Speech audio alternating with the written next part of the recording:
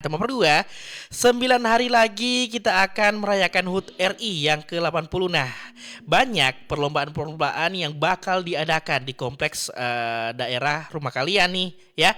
Salah satunya Panjat Pinang. Ini adalah satu lomba favorit saat perayaan HUT kemerdekaan RI. Di Bali keseruannya, lomba ini memiliki sejarah panjang dan makna mendalam. Panjat Pinang berasal dari budaya Tionghoa. Permainan ini dikenal dengan nama Kianggu dan udah ada sejak dinasti Ming nih. Awalnya, Panjat Pinang ini berkaitan dengan festival hantu di Indonesia. Panjat Pinang mulai dikenal sejak penjajahan Belanda sekitar tahun 1930. Nomor kedua, saat itu lomba ini jadi hiburan untuk para kolonial dalam acara pesta.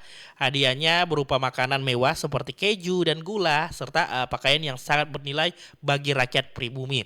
Pada masa kolonial, Panjat Pinang ini dilakukan oleh rakyat pribumi sebagai tontonan bagi penjajah. Orang Belanda menonton sambil tertawa saat pribumi berjuang memanjat batang pinang yang licin. Beberapa keluarga pribumi juga yang dekat dengan kolonial juga mengadakan lomba ini di pesta mereka. Seiringnya waktu, Panjat Pinang ini berubah makna menjadi simbol perjuangan dan kebersamaan. Jadi lomba ini mengerjakannya pentingnya kerjasama dan saling menopang untuk mencapai tujuan. Hadiah di puncak pohon pinang melambangkan kemerdekaan yang harus diraih bersama. Setelah diraih, hadiah itu dibagi-bagi rata ya sebagai simbol keadilan.